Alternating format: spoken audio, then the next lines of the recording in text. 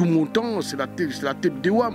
Je vous dis que soyons vigilants. Mboka na biso ezokene na ndenga mabe. Photo boma ba Rwandais, tout ça commence déjà l'opération. Oyebinda kwa Rwandais Kota Boma. Kota Boma. Donc ngara yo tinda penda parce que bokena n'a pas été. Donc voilà le Lubanena et Sabino peuple, tout peuple congolais dans tous les quatre coins du monde. Réveillez-vous. Réveillez-vous les. Ça veut dire que papa Molière, on a papa Molière, Zoba Molière, on a Nemaléon les Malemba. Kizengi ya mama na yene ngaza wana na finyo mama na ole malemba ndenga sana soba na taba na oyebisa bino kaza buta kaname bomona bula olive kunde bembe yoto mono yomdo zo bongo ba comédie ba néonation ba comédie nyonso mais bino ba comédie pe wa boza ba soba nzala e ba tieli bino nzala na mutubo ke na ndabi ke bone loko te puis mutu musoso na siki mpaka lo wisiki mpaka uza soba na mbese be mama na isuza comprendre la fingi pour avoir pour ngasser les gens na fingi so me raison sa réponse tu n'as pas massa na bazala na diaspora ba edinga kenga ko sambra uti poto auta rapotote auta ko bata mana ba ko sai sai mshuna uzwa yo sai so ki shai wana ko shai sai telo mabebe lunga bomo vile tipo eno mona eno ndemu mo uta ba na kati ya ba Kigali pe na bidonville ata Rwanda sai donc yende représentant na bino oyo batia Olive po alia kabino Olive ndao tela no ba poison Olive yemo batia de poison lia ka muke tia ko kufa ya mona fionuka akomaso ndeni mais boye bango ke bo mata bo kita biso tozo bundati asoka la luta continue vous comprenez boza na bende mpulu wana to mpulu yepa ngine kaka ndaba Olive na passer moi sinem ndalo baki yango biso.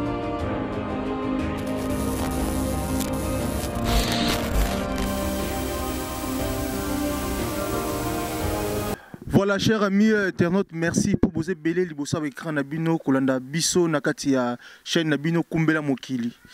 Kumbela Mokili eza chaîne oyo bino boyebi bino bolandaka biso tolungaka tozwa toujours actualité lelo toye awa toye kozwa actualité ya mboka na makambo ndenge ezoleka donc toza awa na mec d'ici avant que tout attaquer mec d'ici il faut tout faire un staff tout vraiment ça tout bas soutenir Biso Nathalie namoni Didier Mokili Nzetero namoni Nanette Soki leader Akwada namoni Massa Nangai les barons de Paris les barons de Paris Bob Ojali donc bozara toujours branché na chaîne Nabino ah tozana na mec d'ici bonsoir. Bonsoir, Trésor Mankoro Mbans. Ouais, mais un mot, na battu sur la biso, sikoyo par rapport il y a Neneng Bandi, est-ce que vous attendez le okolo bela bango sikoyo?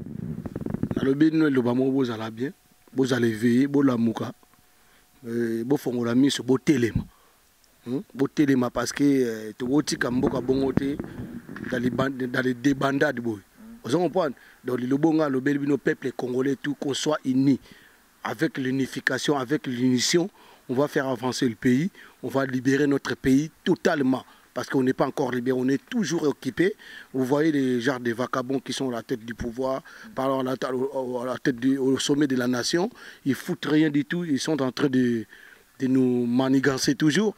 Donc, non, survoler, je ne vais pas survoler. Bon, je vous dis que c'est la tête de mes ex, c'est la tête de tout mon temps, c'est la tête de Wam. Je vous dis que soyons vigilants. Mboka na biso ezokene na ndenga mabe. Photo boma ba Rwandais, tout ça commence déjà l'opération. Oyebinda kwa Rwandais Kota Boma. Kota Boma. Donc ngara yo tinda penda parce que bokena n'a pas été. Donc voilà le Lubanena et Sabino peuple, tout peuple congolais dans tous les quatre coins du monde. Éveillez-vous, réveillez-vous, levez-vous. Sois prudent. Donc voilà. Ouais. Maintenant, au côté déjà bon, au côté singa déjà na ben ya likambu. Question mo na ya et linga déjà na mutu.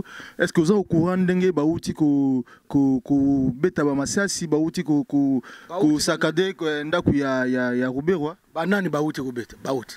Na landi na ibite soki za ba combat parce que na yo ki ba combattant ba les hommes voulusi. Combattants à retirer la combattant voulusi nous sommes des résistants, combattants, patriotes. Donc, ce qui concerne notre terre, la terre de nos ancêtres qui nous ont laissé, la terre riche et aux minéraux. Il y a mboka na biso richesse sous-sol. Ozo comprendre ce qui mutu moko ute musika aye ko vendre la ngona kati ya mboka na biso pona nini pona silisa ka bandeko na biso na koboma. Donc yeba onke mvulu c'est fois ça là. To na bakoko na biso. Yebi batu bakote kota so banani. Boyebi te. Ozo comprendre comment yoza Rwanda we ovana mboka na biso. Wa ovana mboka na puis ozo tiape munoko ngape na Congo. Oza Congolais te. En plus, tu parles de Nyarwanda. Il n'y a pas de Nyarwanda. Dernièrement, j'ai vu un groupe de gens comme ça, les Nyarwanda, les Nyamurenge. Ils ont commencé quand même à parler à Chiluba. Les Chiluba, on les reconnaît. Les Chiluba, c'est une des langues congolaises. Alors, moi, je ne comprends pas les Nyamurenge. Comment vous voulez je ne sais pas. Donc, ce que Rwanda est je crois pas que Baba Rwandais. Je crois pas. Donc, Salameli na kati ya Gombe kuna, en tout cas, bande kona biso, bo tsukaka na Rubero ate. Biso to bike sa kufi. Akufi na ye. Ah bon? Akufa te, mais akufa kaka. Donc, boye bango ke Moussa Laura Désiré Kabila Loba que la guerre sera longue et populaire et la guerre ça doit rentrer là où ça a commencé. Donc ça commence là. Et quand le Ndeko Adolphe Mozitu, tant à l'objet que photo Bundana Rwanda, après quelques jours, ça fait combien de temps? Mbamo Babomi et voilà. Naba Bizengima na waza inspecteur national, il y a police nationale na Congo. Faut kufa poza Rwanda. Likambo lobby na kati yote malobate mais likambo lobby ya ex premier ministre a lobby que il faut tout bundana Rwanda. Olandi quand même réaction il y a président ya Rwanda. Lobby là comme m'a bête parce que nous les combattants résistants on a déjà parlé ça depuis longtemps même yo. Et comme ça même mboka mokelo la Rwanda ndenge mona na biso. Il faut tout ça la guerre na bango mais on ne pouvait pas parce que notre armée est occupée. Hein? Notre armée d'occupation parce qu'on a 543 officiers généraux rwandais qui sont infiltrés dans notre armée. Mais est-ce que Bossala plané colonel Mamadou Yewana abandonné kokota na Rwanda. Mais ti babomi parce que batuka qui plan. Voilà basala que recruter ba jeune pour bazo bomba ba jeune ba lèvement makambo belé ça na mboka na ça le savoir boye baté. Vous comprenez? Na kingaka tu ils tuent les gens chaque jour. Tu vois? Moi j'ai des amis qui sont militaires au Congo. Hein? Bah regretter Ramabé. J'ai des potes là-bas mon frère. Tu vois? Donc si koyo tout ça la guerre na Rwanda bien sûr, mais ils ont réformer l'armée na biso. Notre armée il faut que ça soit réformé. Hein? Toyeba valeur ya patriotique na biso, toyeba valeur ya patrimoine na biso qui est na poto à moi na bina koli, à moi na comme ba âge moi ba 16 ans kenano armée. Wazo ba valeur na mboka na ye. Mutaya ko ça été aya trahir mboka na ndé to ba Félix Tshisekedi ba teki mboka, ba trahir mboka. Vous comprenez? Donc ndenge zawana faut to matato kita armée na biso ou ya armée aux appelés à leur restant. Je donne ma confiance au général autochtone de l'autodéfense, général William Amour Yakotumba, ou à Maïmaï, vraiment Maïmaï, ou bazo bunda bazali armée à peuple. Nazo pesa bango longoni ba continuer mais ça là, ba civilisation ba Rwandais nyonso parce que pour au moni o zolo basoki Rubero wana.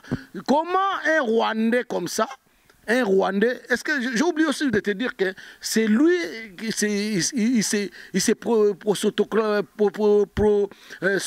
s'autoclamé que non, voilà, il est un pasteur, un leader, c'est lui qui les paye. Il les paye, c'est lui qui les paye tous. Il les paye tous. À payer à Bangonio, mon frère. Vous comprenez? Azo paye bango ayaki na ye mutu malamu passer ba passer on ba yaka bon ba passer nani Corneille Nanga ba passer Ngoyi Mulonda. Vous comprenez? Batu basala mabe bango na Congo ba passer. Pona Congo eloko zala awe eloko comme vérité comme lukuta. Lukuta nde bango on ba comme ça en vérité. Mais biso to kota mangamande parce que moi quand je discute ici, je discute pas de la politique, je discute de la résistance. Tant maman maman ya ndengona maman mongala azo tomboka pona mboka na ye mena no betele maboko maman bon foto ba comme ebele ba maman ko ba ebele le ba Sandra Lukoko ba ebele ba maman ebele ozo ba maman ebele ko ba la Marie donc ba ça ba trop ba maman ko ba maman Galilo mama ozo comprendre ba maman wana ba to buna mboka na bango mais pourquoi pas vous les gars?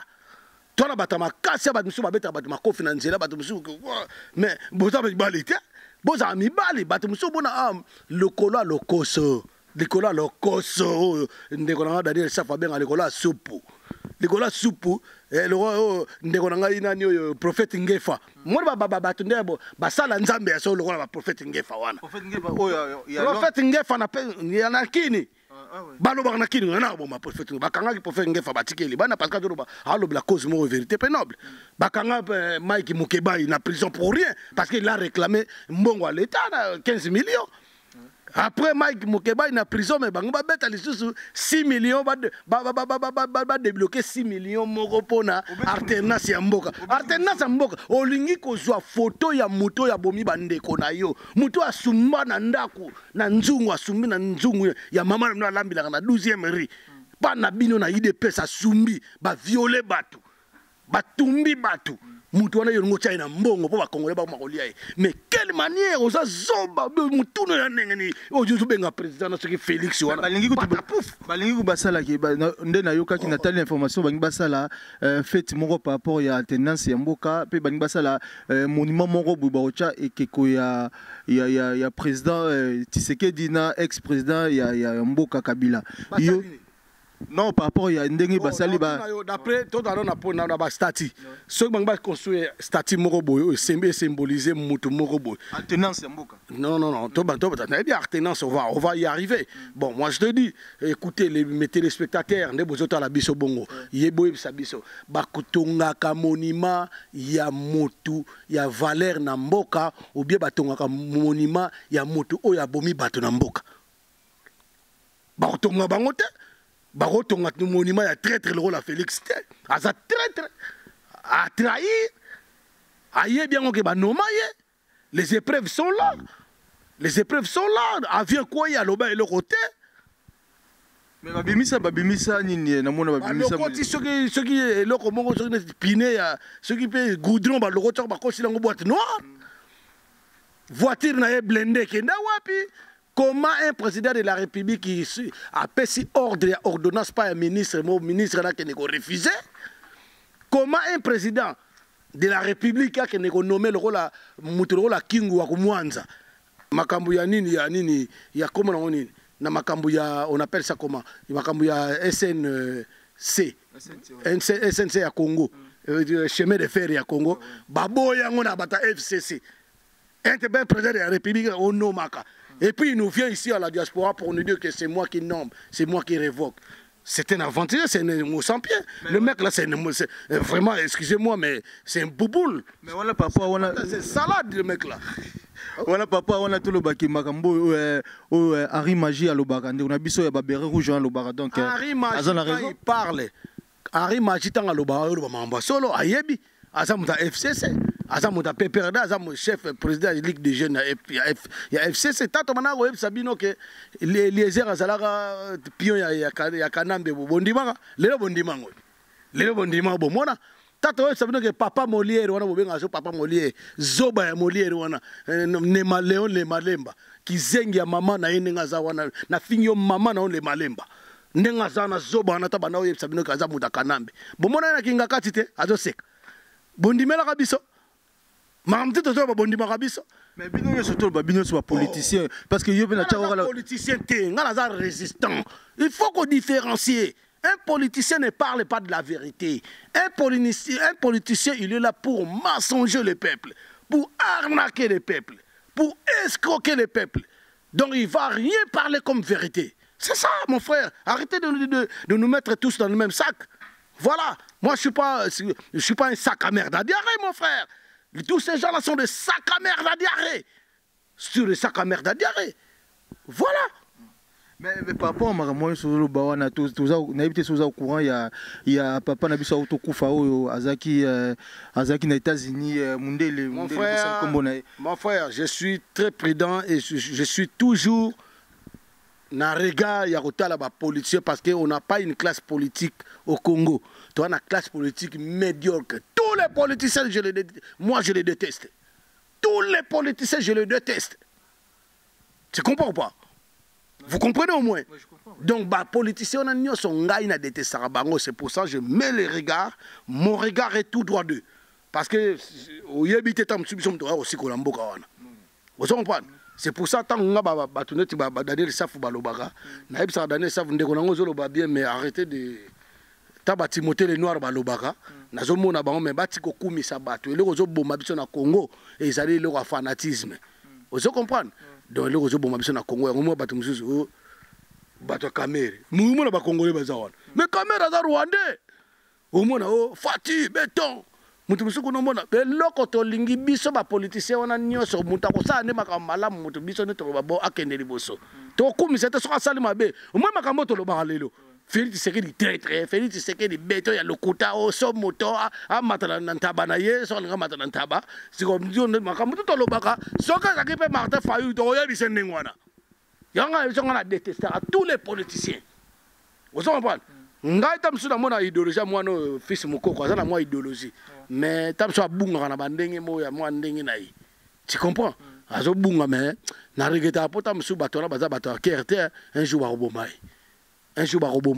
mais mutu wa nga ba robomanga te pona limwa pona lim na limwa ka nga na limwa ka mo ba to fano oluna limwa ndeto ngana limo na yo ah ouais ngana limo mona ngambala bile bo tinda bino ba hotela nga poison ba tela bino ba sa nga boye ba tinda mais arrêtez bazo lukisa yo ponga na ndai ba lukisa yo ba lukisa nga na banani ba kanga yo ba bi wa boma yo ah wako mais c'est quoi toi na mboka Macron mon frère toi na mboka ba France ba Chirac ba leka yo bingana ya poto depuis quand depuis era ba Mitterrand na radio na poto ba kanga ndeni et puis ba binga je travaille où. Moi je travaille donc dans ça pour travailler rapport au peuple congolais. Boya okanga ba kombo na bango déjà la brigade criminelle. Ozo boko milangande. Moi je travaille, je sors de chez moi, je pars au travail, tu vois. Je fais plein de travail, je suis DJ, n'andivité ba client nga posto ba tindi yo na ba client o bobenga nga pour na DJ so ba tindi bino. Oh kene zo DJ c'est les ino pas animé va robete massa c'est bien au des poisons. Tu te trompes, ko mona donc vie na yo suka mukolo wana. Komeka ku te so ba yelo ba je wana bo mekate.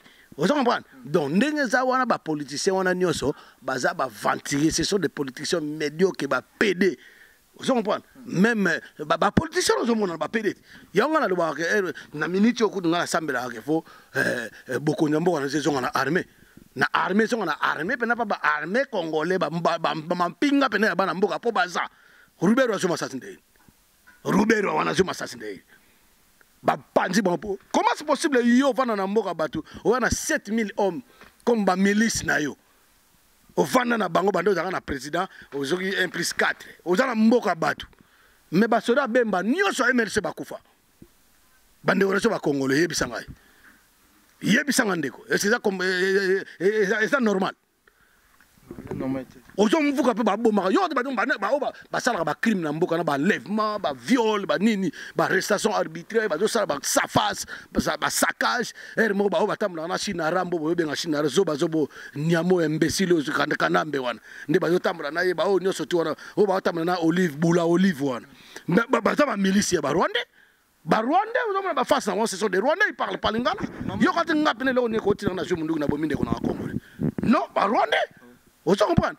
Donc c'est comme mutu ndenge on a batika ka renier non. Et là au ça na Congo, batona nyo surtout ba oleka même pas devant la justice. Ils seront pendus. Et les traîtres, et les gens, et les occupants, ceux qui accompagnent l'occupation, ils seront pendus. Parce que Yozo nana opandre bango. Neti nani? Neti Kabila nana opandre. Bon nana bomika nana auto boma bana ba auto boma Rubero. Yo quand Rubero ba auto na lola. Mais so Rubero kufi banda événement au 5000 banda les 30 quitté Rubero soka kufa quitté banda les 30 on de sabima lobi nazali. Na pesa exemple. André Kimuta bolo waki traité wana André Kimuta mino zika mino epola wana taba baka za maladi après bimaka non na maladi tenga yo bazo ko sira makamba baza kande wana kanambe babaka kufi wa beli mutu bani abimaki bosiko yazo bimate tili le to le kanté le to combien les 5 hein ah les 5 boso bimate pas bana les 30 abima lo bakena kufite akufi ozo comprendre bandeko Rubero akufi molimo neki na enfer molimo neki neko telinga na be baba satana babete na ngoso mikinza Vous comprenez? Donc, le béroa, au coufa mine, le roi porte pique. Vous comprenez? Alors, mine, le roi cimetière, le mabé, on est cimetière, on est comme nié, nié pas à monter en bois. Vous comprenez? Vous savez que c'est quand même de Konangai. Makamambo, je peux tout kanda. Vous comprenez? Donc, tu le raba caméra, banina robero, caméra peut tomber maï. Donc, caméra, il faut que les ouans n'aient pas beaucoup de combattants résistants au coufa. Tu sais que nous sommes comme un kin bandimate. Tu sais que nous sommes comme un kin. Nous, on est de l'autodéfense pour le peuple, pour la libération de notre pays. Mon général, William Amouri Yakutumba, de Maï Maï. Vous comprenez? Tu as Mboka, tu as libéré Mboka. Vous comprenez? Tu as libéré Mboka. Et puis tu as dit, mon antsemi, nga mo Congo nga za mo Congo bako ne mon antsemi, tika ba ventir na wana zo sala. Olobaka a obenga politique nambo kendaka prison. Olobaka ko balusa mokili to zelo baluso balusa te. Ozomba ne mon antsemi yo lisusu kaka obandi lisusu oh non ozobenga président bangunza mutu batindi alobaki biso mboka na biso c'est vrai ça mystérieux. Il y a mystérieux. Si on connaît na base na baba Congo kuna romona na rivière inkisi. Nini yo so na bosa ni so bobo corriger bandeko ba yibito. Romona kuruzi mo za kunetchaka bo. Na lokolo moka munene na groupe kota ba grotte ba mbanza ngongo wana. So ke kuna na mbata kulusu mboka ngoma na mbata kulusu. C'est vrai que mboka no so ya mystérieux. Mais ne mo rantemi toi à un certain moment au côté la Kabila wana quand tu étais député. Boye biango. Donc ce qui vient nous dire que toi, aux alipés politiciens, donc tu es médiocre. On n'a pas une classe politique au Congo. On n'a pas de politiciens. Nous n'avons pas de leaders politiques. Vous comprenez? Pasteur Ekofalo Bagayango. Vous comprenez? Monseigneur Moksengo Bazaba Logoré. Ce sont des logorés, ce sont des gens, des médiocres, quoi.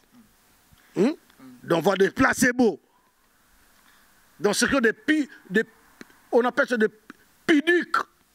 Ce sont des piducs. Vous comprenez? Ce sont des ignorés. Ce sont des sacs à merde à diarrhée. Voilà, et là on a eu les cambo et tout le monde qui m'a un peu décortiqué. Nayebi ndeko na biso wana kono po bakufi de Belé. Yozo kama liwa ndeko Gilbert Chimanga. Ndeko Gilbert Chimanga outi ko kufa parce que va empoisonner na ba Rwandais parce que c'était quelqu'un qui était vraiment très intelligent. Pour ça, non, il était pas malade, il est empoisonné, il vient d'être empoisonné par les Rwandais à Nairobi au Kenya. Donc, le monsieur, il habitait aux États-Unis, tant qu'il soutenir pour Bango, en tout cas Bango. Donc, on a bien mutakosi na très très. Bon, on a bien qui vous condité. Bon, on a que bino, bon, on a qui vous condit, mais majorité, les années na FCC. Bateau, basili ko bebi samboka, bateau peuple à genoux, bateau mboka na kao, bino, bondimi majorité, ça va pas la Bango, mais bino. Mais vous n'avez pas de pouvoir. Vous n'avez pas de pouvoir. À ma grande surprise, le monsieur là, soi-disant le président de la République, que vous reconnaissez, moi je ne le reconnais pas. Le président, c'est, excuse-moi, Gilbert Chimanga Mundele, c'est Mundele, non? C'est lui qui était son conseiller. C'est vraiment un proche.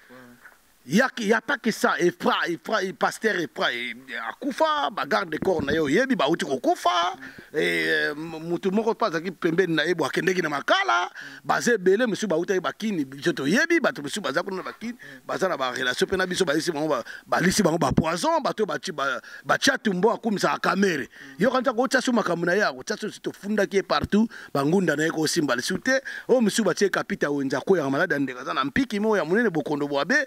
Bakit kapita wone bato benga administrateur ba congolais ba ko sala binote gimisha ko sala administrateur ta tangate aibo ko makombo na ete akenda pa ite zoba moko tambu na pare ko senga ba dero nga chebi nini te na lisi gimisha wana ozo comprendre. Donc pour vous dire que Félix Tshisekedi ana yena na pouvoir ti. J'ai tout parlé, je crois pas que na bossa ne loko, j'ai tout parlé. J'ai tout parlé, donc, et puis, ma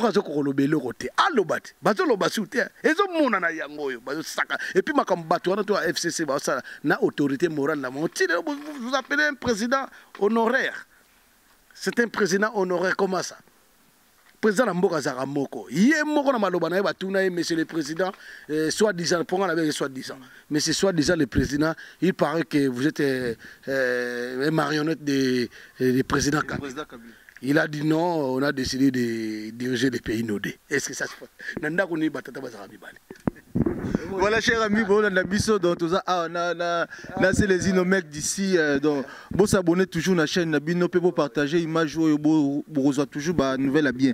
Mais par rapport, il y a président, on a reconnaître président, il y a un moment où, parce que dans le moment où il y a un président. Il y a un président, Azali, il y a un comprendre que ngana yebisi yo. So yo reconnaître yo. Arrêtez de détrompe-toi. Il n'est pas, non, moi je te dis, il n'est pas un président. Il n'est pas un président. Le mec, c'est un marionnette, c'est un garçon de course. Il travaille pour l'occupation. Les garçons là, il est parti au Rwanda plutôt. En personne m'a beaucoup. Talande ba comme Simba naka game Congo. Le Congo c'est moi. Directeur, secrétaire, il y a deuxième vice-président de l'Assemblée nationale. Il y a le Kouta, ma compétence on a Congo là occupé poste on a bino pesa Jean-Marc Kaboun, c'est un étudiant, c'est un simple étudiant en première année gradué. Vous comprenez? Nous aussi, moi j'étais en première année gradué, moi. Donc on est des mêmes niveaux.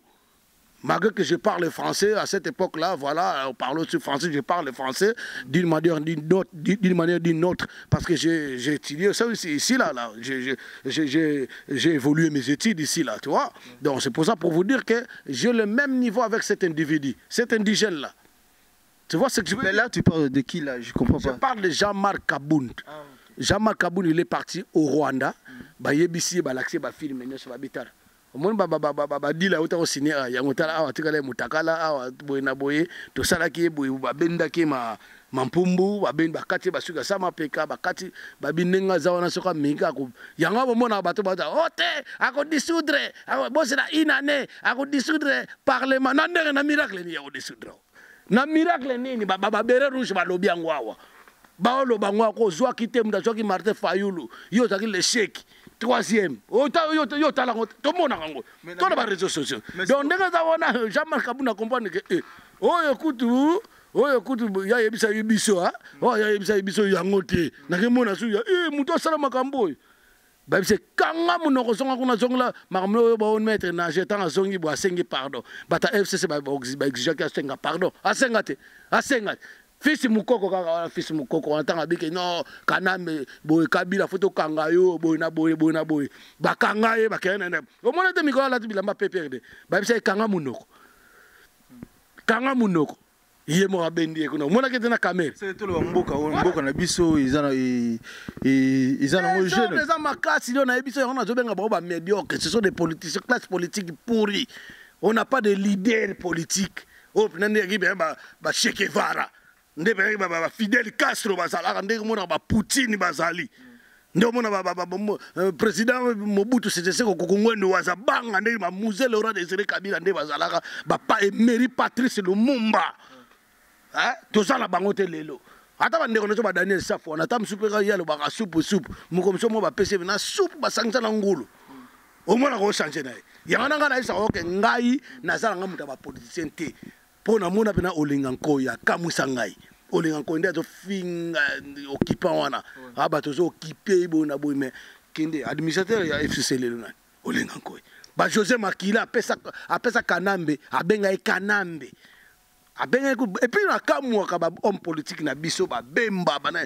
so disa ba yanke ba yuma ba pede bato wana nyonso tu mbendre Gabriel Moke wana bazoba pa opakolo baproduit ndenge za wana bani yiye bato wana bazana yoko koza pe babenga ebe na Hippolyte le seul moto abenga Hippolyte Kanambe ezaka ne mwana ntemi po Kabila za komona ete Joseph pe komona ete ozo comprendre awa lelo bakomisi Zoé Kabila akomi Zoé Kabila Mwanzambala.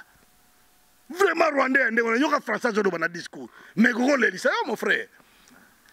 Mais bino européen va combattre na Mikili Bokabwani parce que na moni bayambi nani c'est pas aujourd'hui na Ibisa OK tout ça qui nous émission la fois passée na site na ngai Moi, je t'avais dit que non, voilà, monsieur, combattant au Kabonate, parce que biso tem to banda combat et banda na era ba mama qui pas vite. Et bandi na ba mvulusi kimbango. Et yeti na ba kancha ba noirite ezokita. Batuana bazalaka batu o ba na ko teleme na mindele yango baboma bango.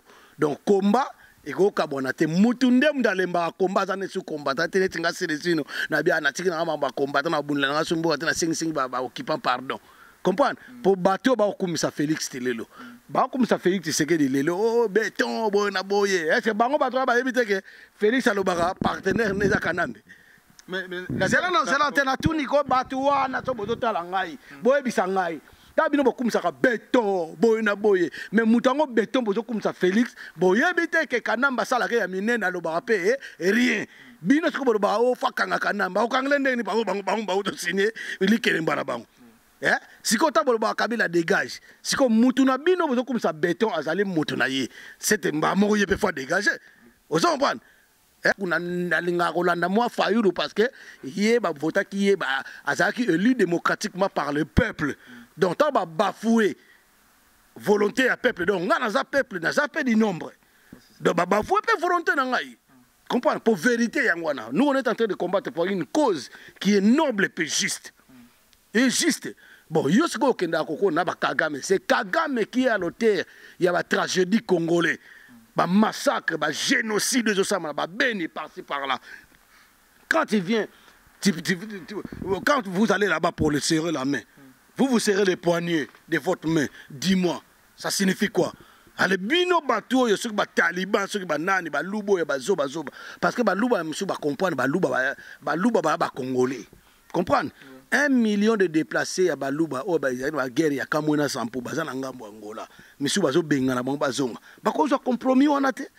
Dis-nous, vous avez ça, ça n'est l'autre. Au saut des moutons. C'est pas ça, les Congolais, ils attendent. Nous attendons.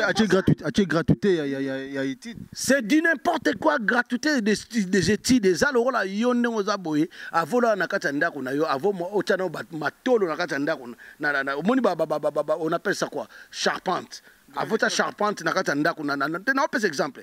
Si tu charpente nanda qu'on a, faut ton a fondation, mire matio, tu babilo, tu vas chevron et tout, à l'embamo, tu matolo. Mais you know, tu matolo, non, foutu enseigner, mon lobby gratuité scolaire. Hein? Il y a des fouta basenyate au bon social moroté ata Saint-Bisumbo za côté ya quartier enanjiri na rosalite o tongete école mota ta toilette ya pam na kamona na kabe ya kamwanga na village na banga tongite aleka mbala mo gratuité scolaire mais muta bon ça mayel tala ba promesse awa ayuto sala discours en parlement awa discours ayuto sala ba promesse mais nous on n'a pas besoin de promesses, on a besoin des actes.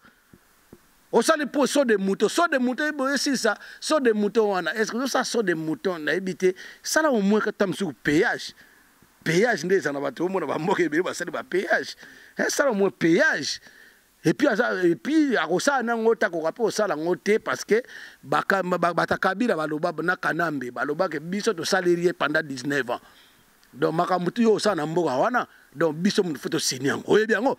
Voilà les années d'autres marché monté awa toujours finga muté toujours lobila moto mabete toujours le baka vérité nde toujours le awa donc garçon on a asa traître asa maudit jusqu'à ba na bateau bazola nde ba maudit tant ozolo ba bateau ba ko kumise ba combattant il n'a ça que exemple à train sur que na ligne d'arrivée na point d'arrivée et qui na point de départ et zo que ne tire à terminus.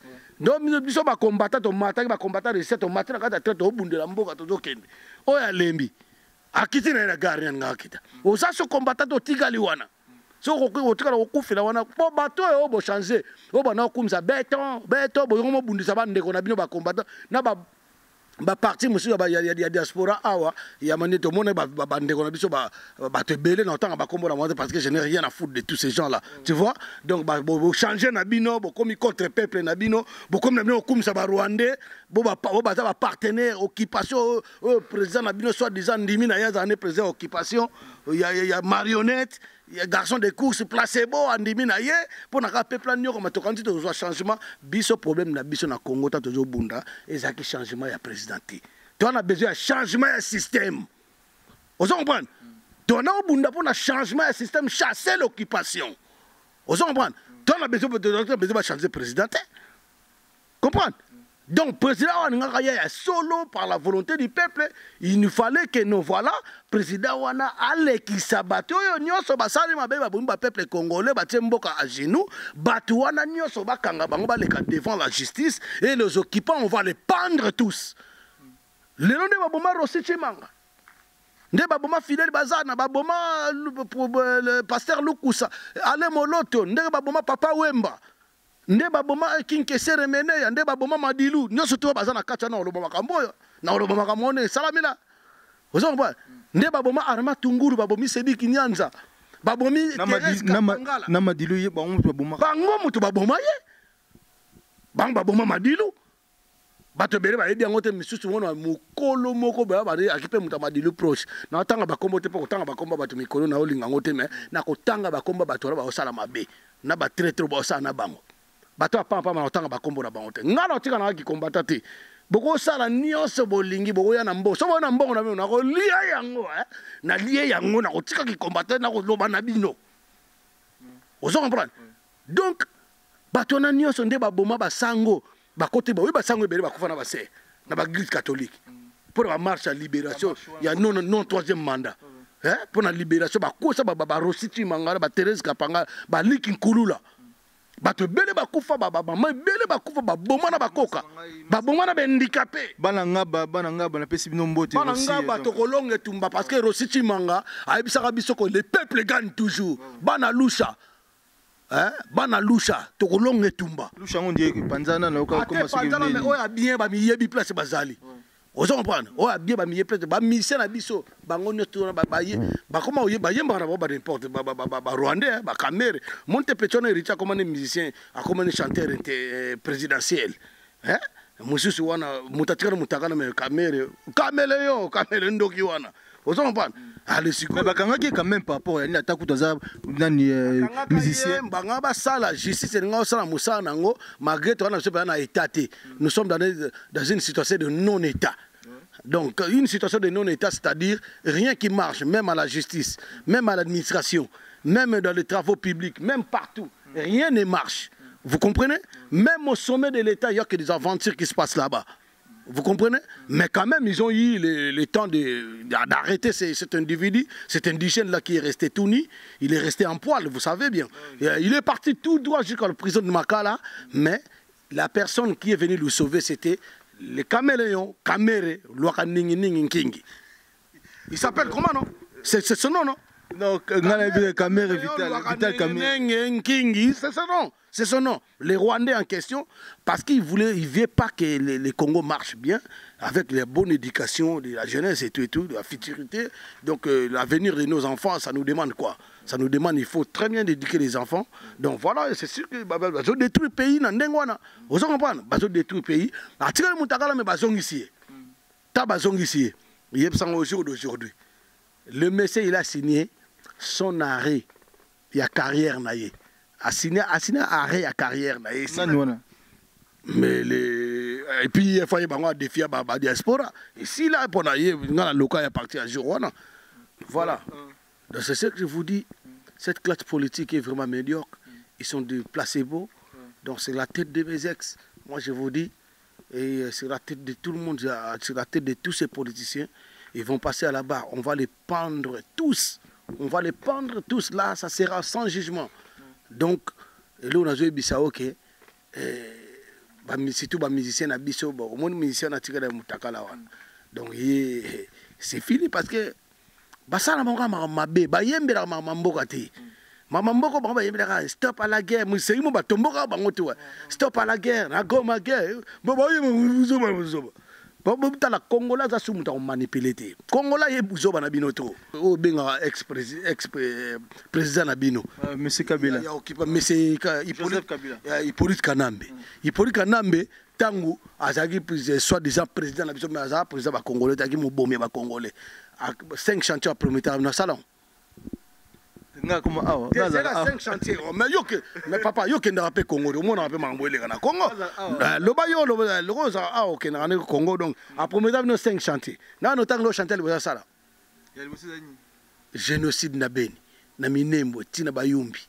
on a chantier liboso yami balé ayena koluna o ataka Francis Kalombo o ndoki atambula imbécile Francis Kalombo atambula na Soriano Mose o bobenga Moïse Katumbi Soriano Mose aza Zambien italien juif vous comprenez donc o akosa bino o etana bona botile o ba camarade na kanambe ya on a muzito alobi ke faut ça la guerre na Rwanda bango ba intervenir comprendre o te o lo babongo te point faut lo babongo na raison makira ki congolais côté lié magé pas qui mutaba collabo aki pe occupant yé pas qui muta traître premier ministre eta ba boma Arma Tungulu yem daki premier ministre ko ça on voit net token donc c'est qu'on a ba bemba bataba Museveni bemba muta Museveni MLC ya Museveni très bien bata bemba MLC so bo yina bo yini je m'en fous na lo ba vérité ozo ba bemba pa ke na pas été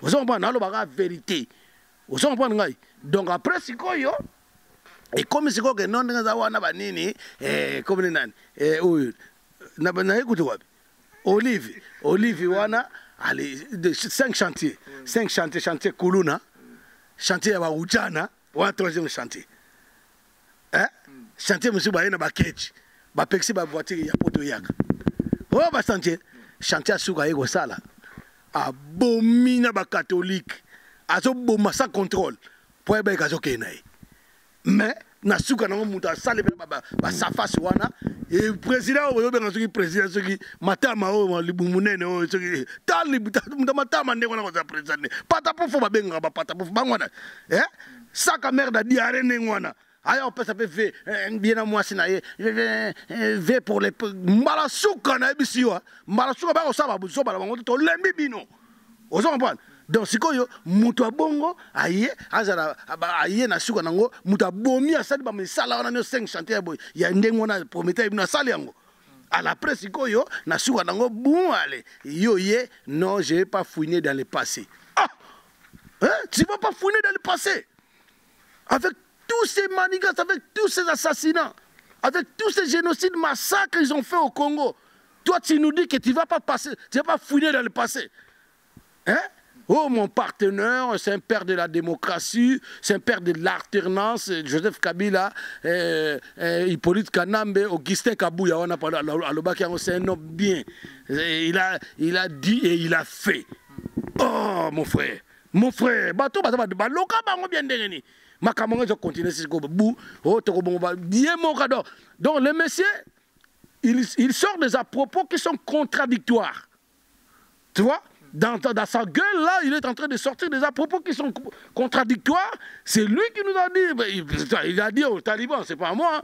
Il a dit que non, voilà, bande qu'on a besoin, bande qu'on a besoin, banyanga la kato, bande qu'on a besoin na est. À quel États-Unis je vais déboulonner. Depuis qu'il a été aux États-Unis jusqu'à aujourd'hui, il a déboulonné qui? Dis-moi, il a déboulonné qui? Nyangalakata ni yabo, mais à komi kuna pesi mitingi na Bukavu, kozonga boye, so azaki na avion nda kufate.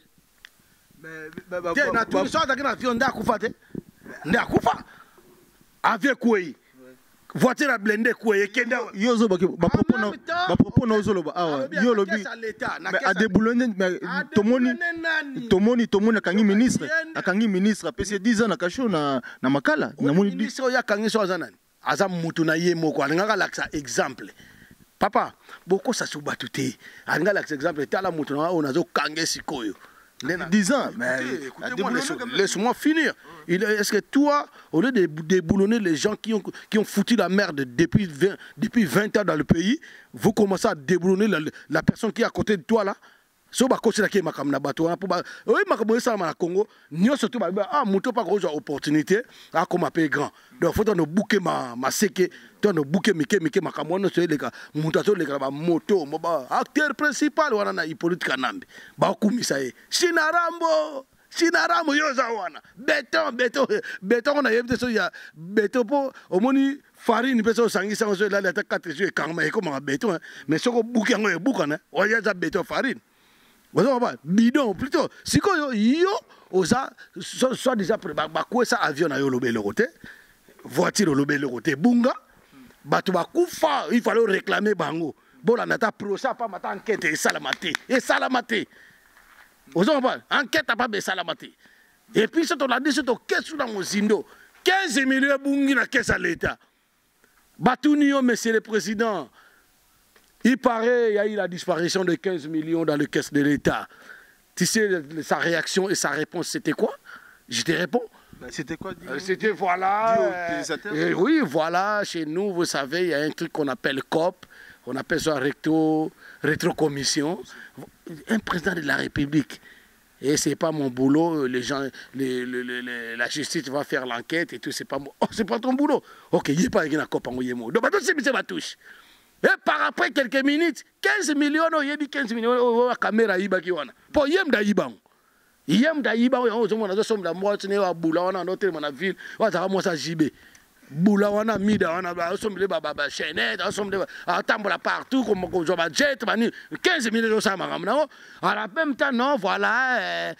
Donc, aussi, c'est ma touche. Babere rouge, balobarango.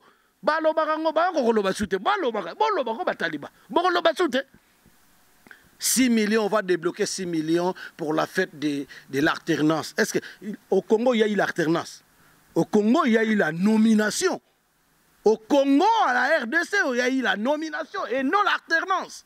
Quand on dit l'alternance, donc voilà, un président qui est parti et on a élu un président par le peuple démocratiquement. Et vous n'allez pas bafouer la volonté du peuple. C'est ça qu'on appelle l'alternance.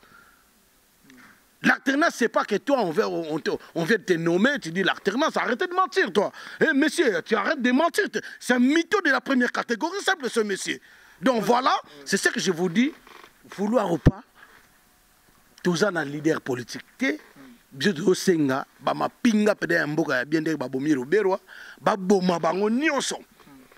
Pourtant, je te dis qu'on va benga na bango te, mais faut pas qu'on m'appelle ko boma. Jusqu'au jour d'aujourd'hui, Batobaboumi Roubero Mamoni Bangote. Ndengmo Batobaboma Moussé Laurent Désiré Kabila, Bamona Nate, soit disant moi Nanae, ou comme président, moi Nango Asala, aucune enquête, procès Mokozate, Bakosila Nani, il s'appelle comment? Général Edi Kapen de Makambouti, le noir en prison, innocent qu'il est, en prison. Et le mec en question que tu appelles le président, il vient nous dire que voilà, Bisso Moutou, Nabengani, Nabimisi va prisonnier politique. Obimisi prisonnier politique, Morota. Diomi Babimisi, Babimisi, Amora, Akoma Atakota aéroport, Akoma Apen Abichite. Babimisi a Diomi Ndengwana. Vous comprenez? Yem sans à part Diomi, Moutouni Oya Bimisa Sous. Franck Diongo. Franck Diongo, Abimisa Franck Diongo, parce que Franck Diongo, Bakanga illégalement. À prisonnier politique, il y a affaire privée, il y a Rwandais, l'autre là, Nani, Kingabwa, Nani, Gekoko Moulumba. C'est un menteur celui-là, c'est un kabiliste. C'est un menteur celui-là. C'est un menteur, il est venu ici en Europe pour nous mentir ici. C'est un menteur. C'est un survolé lui. Bon, pour tous ceux qui sont cassés, on a bandé connu ce portail à Bisso. Voilà, assis des fois, oh non, Abio, réfugié politique, des fois, il travaille avec le système. Il était dans Kenya. Le même Mabisika général John Chibang Wazalaka. Des fois, des fois, il y a un projet, il y a un ciment. Il y a des fois, des fois, on a pas de monde, on a pas de maître, c'est nani yo maître, c'est nani, on a maître, c'est nani, on a qui maître, on a pas d'angati. So des fois, tindio na beta yo, na beta na réglementairement. Comprendre? Moi, je suis un judoka, je fais na ça judo na. Fingo na mona qui na studio na yé. Moi, je m'en fous des fois, vieux wana, asa chanteur, na on respecté en tant que nene, ça que non, na respecté ba chanteur parce que ngamo na chanteur, na respecté abene. Mais en même temps, na yo mona ba makamba yo bisanga na Joana soki moi Mirajab. Moi Mirajab yo bisanga ke obikia. So des fois, pour dans notre na vie des fois à kokiote, il fallait kokayo. Moi, Mirajab, on a 80% Rwandais, 20% Congolais, na Congo, Bango Bakangisa, général John Chibango. Vous comprenez? Ah bon? Oui, Bango Bakangisa, na Fabrice Zombi. Na été suivi Fabrice Zombi, imbécile, mo, Fokacher, mo, na kan na na betaille. Na kan na betaille, puis na réglementairement, na invité Kabo, na die dingwe. Kidima, comment Dingwe, na mona kuna auto mona ya Kings. Die Dingwe, to betaye parce que na ça peut faire Dingwe fa que ça perd na bango Dingwe. Viande Dingwe zo déconner Petro. Ozo mpa vie oza icône mboka na nenga kati. Ozo mpa parce que na webso ke ngana aleki ya bantimba. Omoni ngana aleki ya bantimba comme lion. Hein? Les grands quartiers on a comme lion. Bantimba ngana aleki na ye. Leki ne pe na propre. Ozo mpa na aleki ya bantimba mais keba. Vie Dingwe keba o déconner trop. So banga banani yo apakati ba okeno. Kosolana banti vale ba petio batika la tera mitaka ba comme ba nga ba so ba comme ba musicien de mutu monta di cause ba misa di cause mo ma misa pe ndumba tata ba beti masikini ba ndumba ti misa likoshi misa bona mudani nga comment ko sa ibolo bana même pas lingala mabela katsa mabele zo ndeni donc misa moko bozo lingo ko ma misa simba te e simba to okufa ma musique ba simba ba kis tuna bato ba simba kis ba na ba simba ba olia ba nie kis est changé mikolo qui s'est changé comme il faut lire, il faut qu'on a piqué la crise, il faut mettre la moto, il faut bambaye na mabelo kufi. Vous savez pas qui s'est changé? Moto monsieur mon a qui s'est changé? Qui se mon a tam zuba yo ya ba contrat pe na bebele bazana ba kufa kufa mikolo. Beti sujet mon ya suka poto suki sapenda émission na biso pona yo soué na ezani mona suka lobele biso na émission le soué na ezani musique na mboka oyo e kozonga te parce que za si sa question la ngapon na moni Kofi na Londres makamba lobby pena makamba oyo za important pona mboka pona yo musique ezonga te musique ezonga te déjà bocha on a moto atanga na lobby na pouvoir monter na kanga ba musique so ndenge ndeni mais na pouvoir. Comprendre? Donc, ngai na zape musicien le ola bino. Na mona so bino ozo mona ba monde ba liste faire na deuxième monde. Bo kanta musique ezo nga na mona na boy. Na miso ke na miso ya kinkolo, na miso ba ngunza. Hein? Na miso ya ba yakamfakala. Hein? Na miso ya ba kimpa vita ba mvolusi na zo mona. Ozo comprendre musique ezonga wa teba na biso ba yotanga bien miso ba zo bala miso ba ke ba formation to a soutenir na bezo ba ke sala rasu ba vola l'étalage fallait asazu déjà date na le tout na ba combat ba anti valeur te yeso azwango bien azwango to zela beta mukolo ngo soka beti lobi na tongo musique continue et puis na ebita ko beta na ep ay o beta soka beta zena tu connais cette question réponse non bon soka beti lobi na tongo kongo bongi kanamba okima azaka china rambo.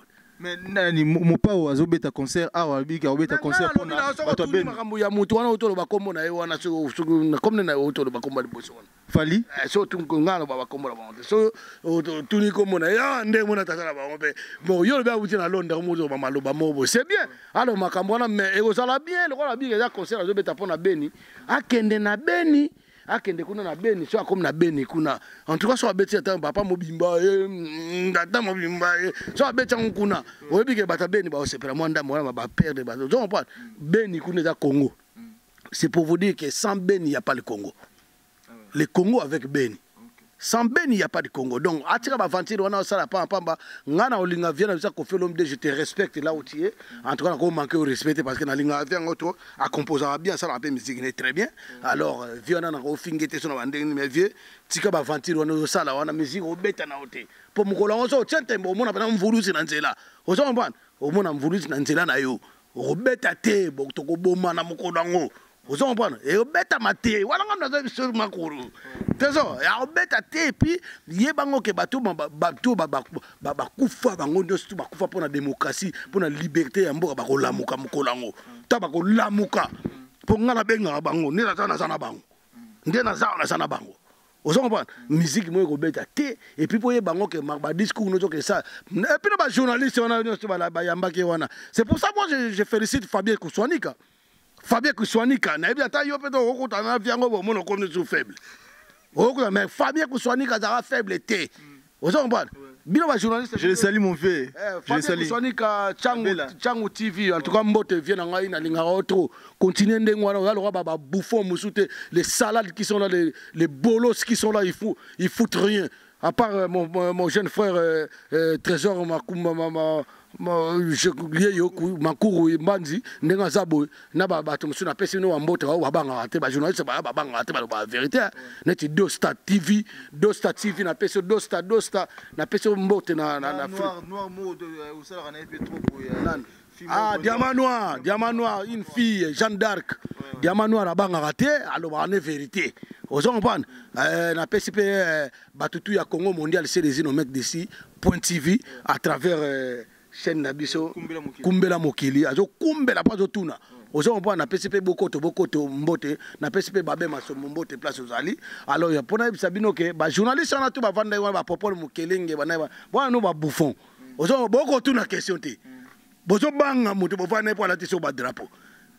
Ba journaliste mso benga ce qui marque table. Ba boma tata na bino na poison. Il fallait revendiquer. Yo comment no côté ba Félix, comment no Taliban. Oza normal té.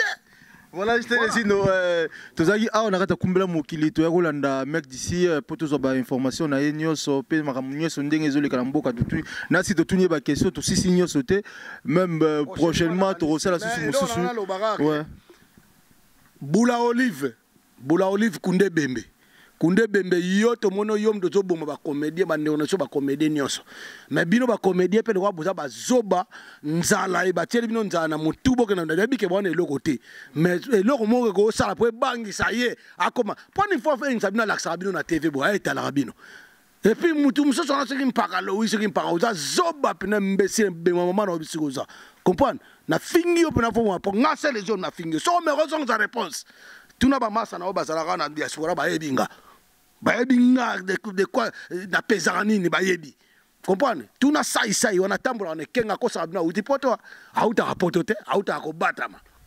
na ba coin sai mjuna ko zwayo sai ce qui sai wana ko sai de ma bebe lunga bon moi vile tipo elongo mona elongo nde mutu mo uta ba na kati ya ba Kigali pe na bidonville asa rwandais sai wana. Donc, il y a des représentants de Oyo, Batia, Olive, il faut aller à Cabino, Olive, il faut aller à poison. Olive, il faut aller à poison, il y a un moké, moké, kufa. Il y a un mona fionuka à commencer à ndeni. Mais bon, il y a un ok, bon mata, bon kita, biso toujours bundati, na souka la lutte continue. Vous comprenez? Bozana est bien pour le loin, c'est pour le lié par une gare. Moutaba Olive, parce que moi, c'est même dans le bagage, moi, bisoté, l'interview. Donc, il y a un gars, moutaba lycée poison. Vie de loin, azaye ko bela, vie de loin na olinge trop, même kona yo waka atanga o apesi mwana na ekombo Olive, mwana nemo ya beba, mwana ngba kufaki. O mwana makamba. Yo ne ba koko ba sepera makambona. Yo sepera samboka na comédie na yo pesi mwana no kombo Olive, likola mandicité likola ki mandia. Ah, mwana ngakufa na sepera liwa mwana te poza Anja Nzambe na ko sepela liwa na ete mais mwana kufaki alors sikoyo boko continuer ko kufa bongo landaka Kunde Bembe ye komene Kunde Bembe Olive Kunde Bembe donc voilà na mingi ya lobate mais noki o eza na première partie to continuer makamboze belé ingeta. Voilà, chers amis, tout ce qui a pour lelo donc bamasa tout bo soutenir biso vous a toujours branché na bosanité Bob Ojali le baron de Paris le baron de Paris Nanette Soki maman na Théosia le prince de la presse au trésor Mankour toujours continuer toujours musala ba bonne année na batutu ba soutenir biso vous a toujours branché la chaîne bino ingeta toujours